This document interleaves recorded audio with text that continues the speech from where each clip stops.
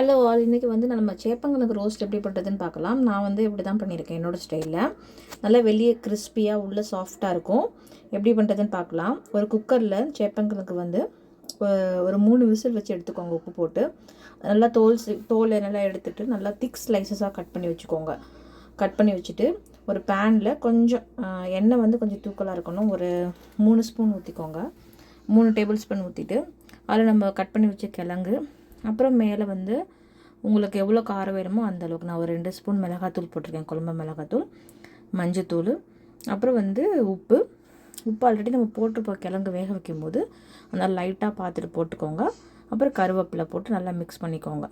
நல்லா மிக்ஸ் பண்ண அந்த மசாலா வந்து நமக்கு வந்து அந்த கிழங்குக்குள்ளே வந்து இறங்கும்.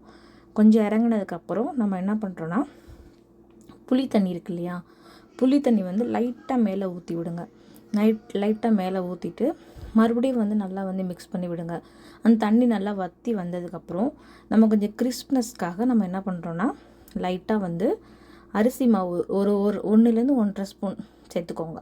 அவ்வளோதான். அரிசி மாவு சேர்த்துட்டு ஒரு மிக்ஸ் கொடுத்தீங்க அப்படின்னா நல்லா வெளியில் வந்து நல்லா கிறிஸ்பியாக இருக்கும், உள்ளே நல்லா சாஃப்டாக இருக்கும். நான் இப்படி தான் பண்ணியிருக்கேன். நீங்கள் ட்ரை பண்ணி பாருங்கள். ரொம்ப சூப்பராக வந்தது. இது சாம்பார், இது கீரை, இது மாதிரி வந்து லைட்டான ஃபுட்டுக்கு மேட்சாக இருக்கும்.